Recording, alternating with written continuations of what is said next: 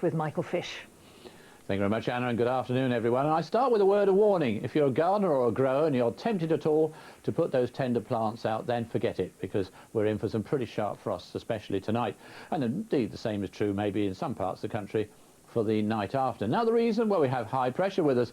The unfortunate thing is the high pressure is rather in the wrong place. So it is at the moment feeding quite chilly winds in from the continent. It's going to stick around, I think, for a day or two, but then after that it'll be retreating, and then we're going to see a gradual change. Now, it will be a gradual change, and timing at this stage is very difficult. But what we can say, I think, is as we head towards the end of the week and into next week, the weather becomes more and more unsettled. But as I say, it's going to be a gradual process. And today, with that area of high pressure where it is, we do have these chilly breezes coming in from the east, particularly noticeable, I think, along the Essex and Kent coast, a stiff easterly wind there. And another part of the country, that's the West Country, West Devon, Cornwall and the Channel Islands, the Isles of Scilly. There too, you're going to notice a distinct chill in the air with that breeze, and it's a fairly stiff breeze too.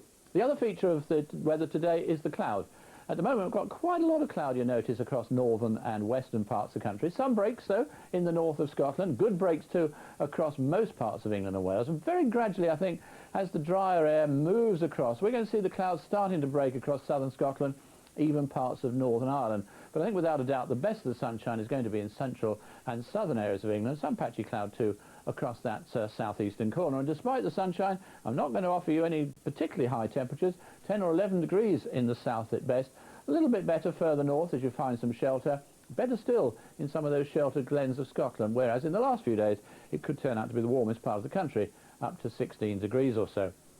Now, that cloud is going to be a saviour tonight across that north of Scotland, because it will hold the temperatures up. It could even produce one or two spots of light rain and drizzle. But for Northern Ireland, southern Scotland and most of England and Wales, we're going to have clear skies. And as that breeze tends to die away this evening, temperatures will take a tumble. I think by midnight we'll find them below freezing. And a really old sharp frost in central and southern areas, away from coast that is, before the night's out. I've shown -3, -4. I wouldn't be at all surprised if the odd place didn't come up with -6. Redhill, Rickmansworth, Bournemouth International Airport, that sort of area.